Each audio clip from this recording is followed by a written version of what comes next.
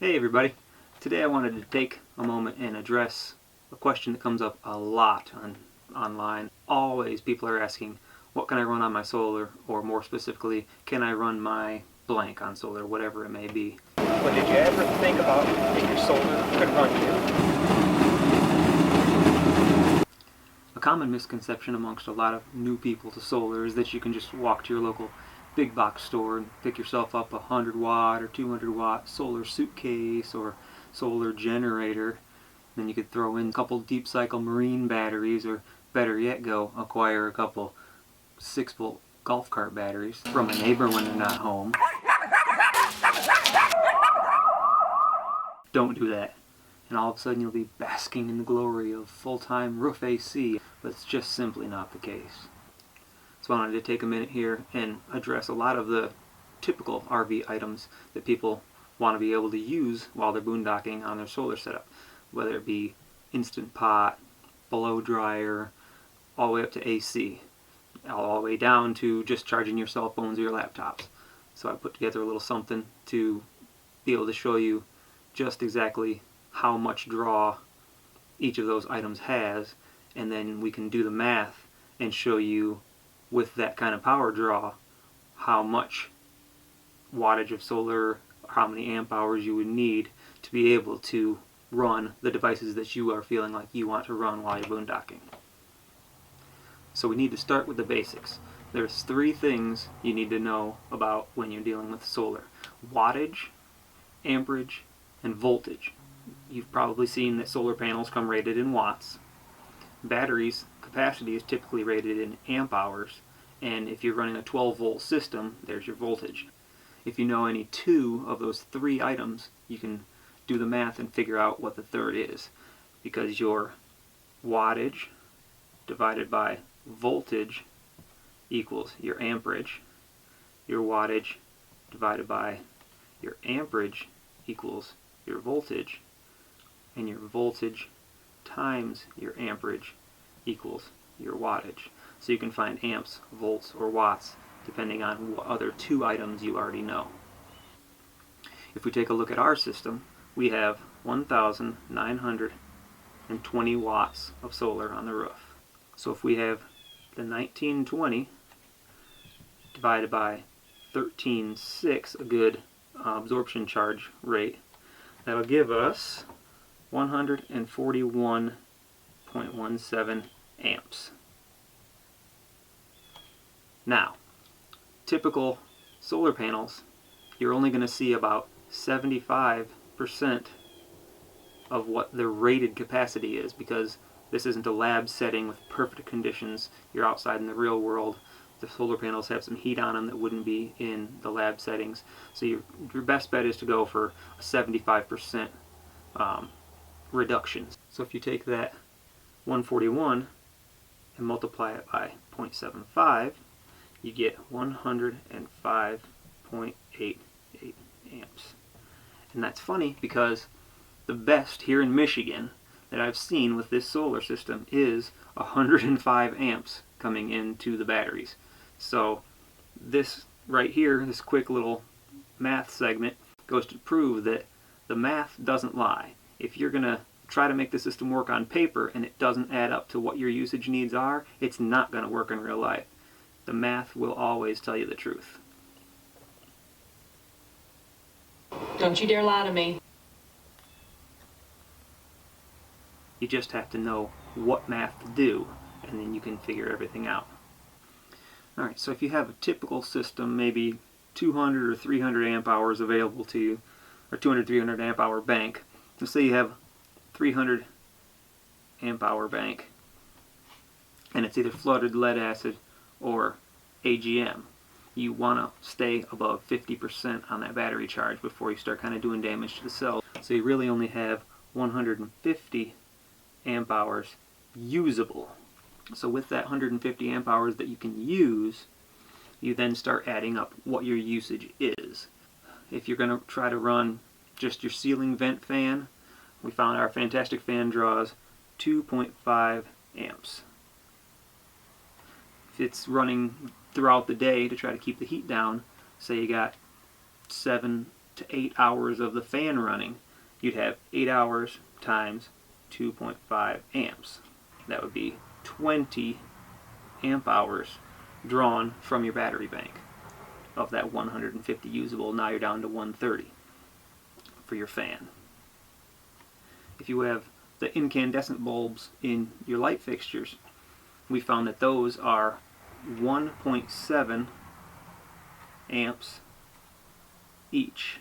So if you only use one light for 4 or 5 hours between the morning and the evening, then you say 5 hours times 1.7, that's 8.5 amp hours. For anyone wanting to use a blow dryer when they're done taking their shower, we have just a typical average size blow dryer, and that ran 146 amps. What? That's a lot of power. Wet hair for you. Hold on, slow down, stop right there. Sitting here editing this video, I realized I forgot one key factor involved in this. When you're running something off of 120 volt, anything you plugged into the wall, the amperage rating that appliance comes with is actually 10 times that on the 12 volt scale. So when I'm saying these hundreds of amps drawn out, or 80 amps or whatever, that's actually an 8 amp draw or a 10 amp draw of 120 volt. So that's one factor people forget when they're trying to size a system. They're just looking at, oh, my refrigerator draws 60 amps, or I think in our case is 7.7 amps, which would be a 77 amp draw on the 12 volt system, because 12 volt is 10 times less than 120 volt. So that's something that is forgotten a lot, and I forgot to say it just because I knew it, but I forgot to explain that that's why those numbers are the way they are in this video, because the conversion ratio from 120 volt to 12 volt. So if you don't have a kilowatt meter and you don't have anything hooked up in your rig already that can show you the draw, and you're just trying to do it all on paper, you're going to have to look at those items, and anything that you're plugging into the wall at 120 volt, you need to multiply that rated amperage by 10 when you're trying to do the math. Now you may only use your blow dryer for 5 minutes, let's say. You got to take that 146 amps, divide that by 60 for 60 minutes, and it tells you that each minute is 2.43 amps being drawn from the bank. So multiply that by 5, and in your one blow drying session for 5 minutes, you now have used 12.15 amp hours. If you want to use a electric kettle to boil water in the morning, the one that we have drew right around 80 amps. It's 80 amps. And if that takes 4 or 5 minutes to heat up, it's the same math. It gets you 1.33 amps per minute. If you had 5 minutes, that will give you 6.6 amp hours removed to do your water. Another great one to do is an Instant Pot. Lots of RVers have Instant Pots. Now with the Instant Pot, it gets a little tricky because it's not going to be running all the time. You're going to have the heating element heating it up, bringing it up to pressure. Once it gets pressurized, it doesn't have to stay on. The element will shut off until it then needs to come back on to maintain the heat and the pressure. So it gets a little tricky there to guess, but you can always put a kilowatt meter on. About $20, you can find them at Menards or Walmart or whatever. You plug that into the outlet, then plug your Instant Pot into that, and you could make a meal, and by the time the Instant Pot's done cooking, it will have accrued how many amps or watts, however you set it, have been drawn from the device. But to get a rough idea, our Instant Pot was drawing 87 amps when fired up with the heating element on. No soup for you! Come back 1 year! Takes 4 minutes or so, 4 or 5 minutes at least, to bring it up to pressure. We'll say 4 minutes. So it's 1.45. If we did that times 4 minutes, that's 5.8 amp hours just to bring it up to pressure. Now depending on what meal you're cooking, if it takes you 5 minutes, 10 minutes, 30 minutes to get it done. I think we've done a chili that takes 30 minutes in there. So it's going to have to cycle on and off during that cooking cycle. And at that point, that's when the kilowatt meter would really show you the accrued value. But say it has to run a third of the time, so that would be 10 minutes of being back on during that cycle. 10 minutes at 1.45 would be another 14.5 amp hours. So now you've had your fan on during the day to cool you down, you had your lights on at night and in the morning, you gotten up, taken a shower and done your blow dryer, made yourself a cup of coffee or tea with your electric kettle, got a meal made for the day, and at this point we have used 67.55 amp hours. Now out of your 150, that's pretty good. You're going to be at about, let's say, 78% still on your battery capacity. Now when it gets really tricky is when people want to use air conditioning. Everybody wants to run air conditioning on solar. A little note on our roof AC is it's a 13.5 thousand BTU. They have the 15,000s as well on some of the newer rigs, bigger rigs. So ours is a 13.5, but for your AC, that is a 135 amp draw. And in most cases, when you're using solar, you're going to be parked out in the sun so that your solar will work. And you're only going to be running one unit. You're not going to be able to run 2 units if you're in a bigger rig just because of the power draw. So you think about the fact that only one unit is running to do the whole space now. It's not going to shut down. It's going to be running constantly. So that 135 amp hours, we don't have to do the math on that dividing by 60 to find the minutes because it's going to be on all the time. Now, that means that 1 hour of running your air will draw 135 amp hours. So for 1 hour, you now have to add a 135 to that total. And you're now at 202 amp hours. So, just doing your standard things that you wanted to do with your solar, you added in 1 hour of air conditioning, and you're now 202 amp hours used. There's no way you can do that. Even if you took out your Instant Pot and your electric kettle and your blow dryer, you'd still have 163 amp hours used just for 1 hour of AC, fans and lights. So this is where it gets difficult for people to have to let it sink in that they're not going to be able to run a rooftop unit off of solar. A really big factor with running the roof AC that is always discussed is locked rotor amps. Locked rotor amps is what it takes to initially get that rotor spinning on the compressor, and it can be massive.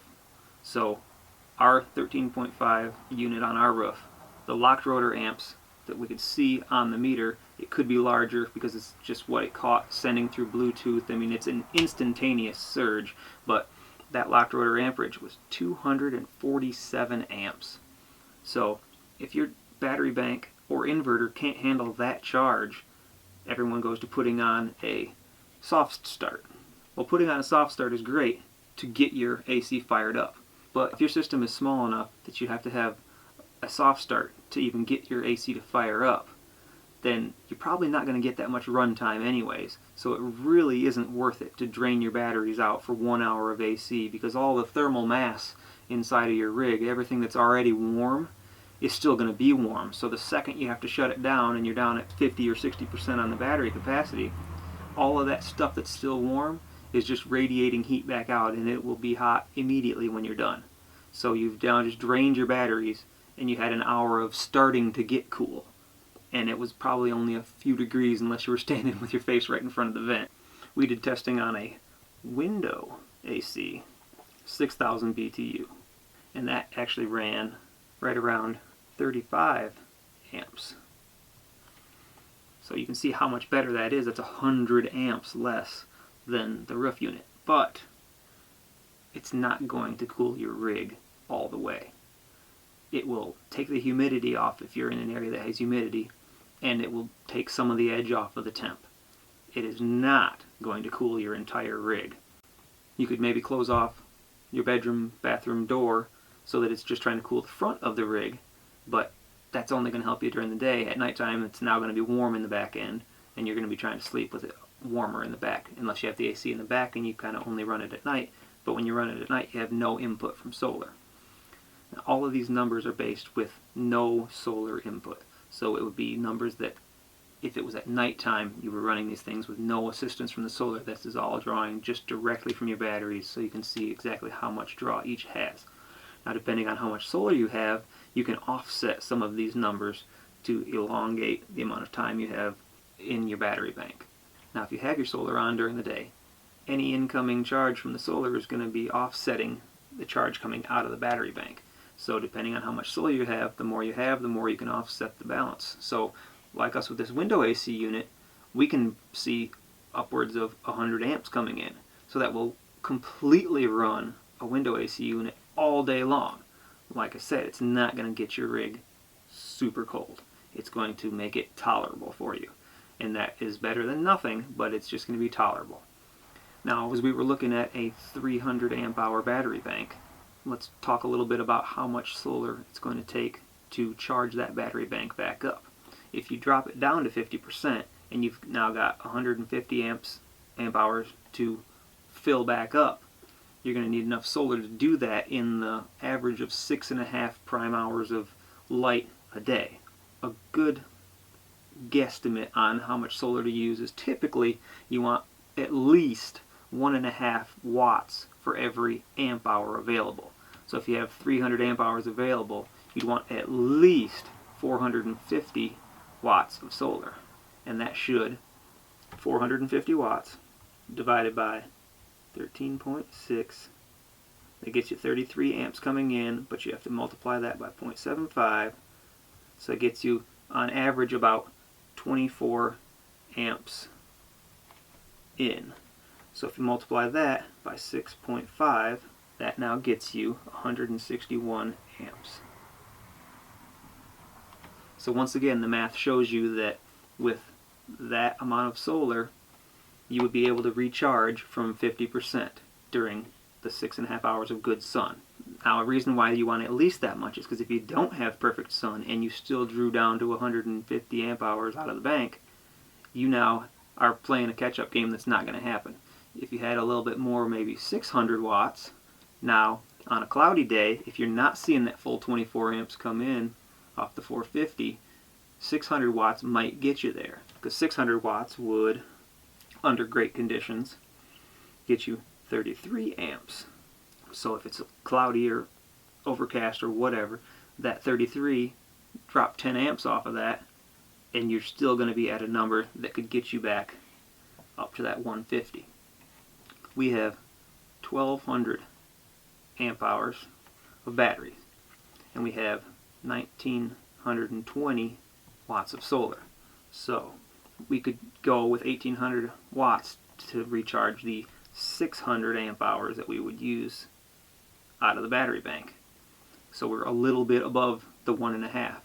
We could go even more, but we're a little above, so as long as we watch our consumption, and maybe if we know it's going to be cloudy or overcast, we try to draw less out so we're not drawn all the way down to that 600 amp hours needing to be recharged the next day. Maybe if we only drew 400 out, then that 1920 will be more than sufficient on a little bit more overcast day to get us back to 100%.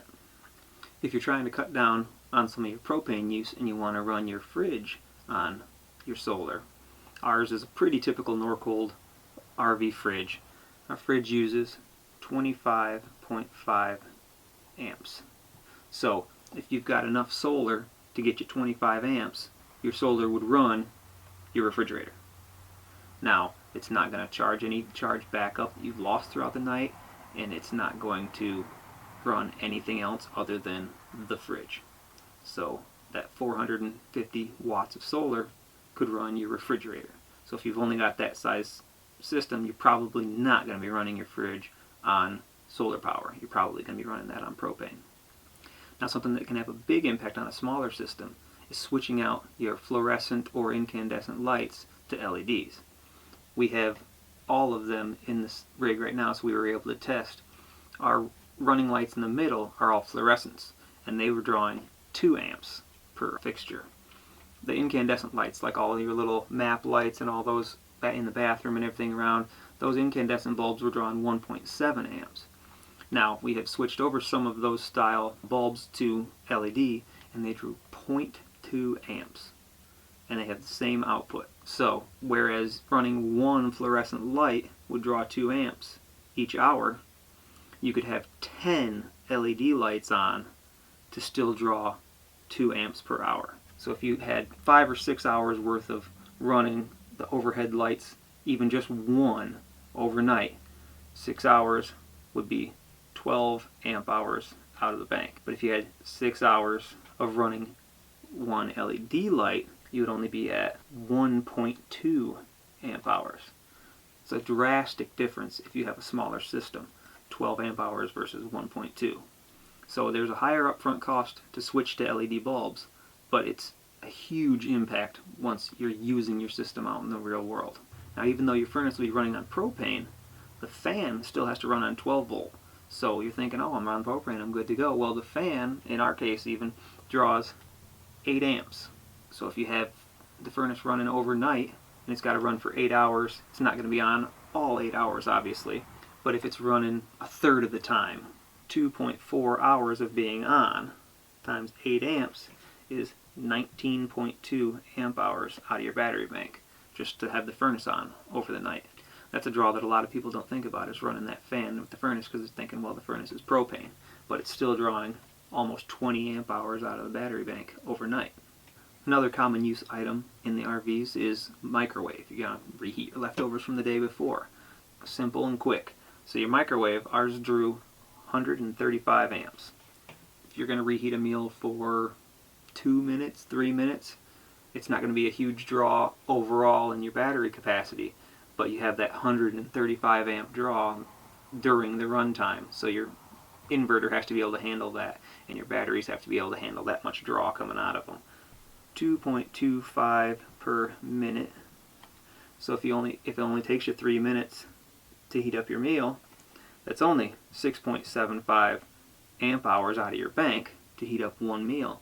But you have to have the ability to draw 135 amps. The way to find out if you're going to be able to handle that much draw on your inverter is going back to the math, the watts, the volts, and the amps.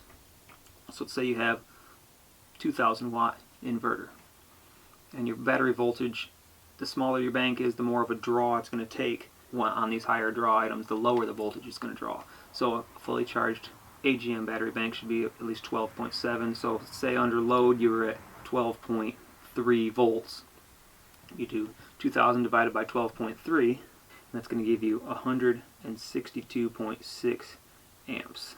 So with that 2,000 watt inverter, the best you could draw out of there is 162 amps. And just the microwave is going to be 135, so you're going to be reaching the top of the capacity just running the microwave. So if you have other things on, like if you were running the fridge off of that system at the same time, and that was drawing 25 amps, 160 amps, so you're probably going to be maxing out your inverter just to run your fridge and then the microwave. So you'd have to turn your fridge off to run your microwave. And that's how all this math works out for you. You can figure out your system based on all these numbers. Figure out what your usage is and what you plan on running, what's going to be on at the same times. Figure all of that out with the math, and you should be able to figure out if your system will work even before you install it. Hopefully for those of you new to solar, this gives you a little bit more insight to how the math works behind sizing a system, sizing the panels, the inverter, the battery bank, what kind of power draw things have, and gives you some real life examples of what power is drawn for what items that you typically use in an RV. If you still have questions after this, go ahead and ask them down in the comments. I'll see if I can answer them down there.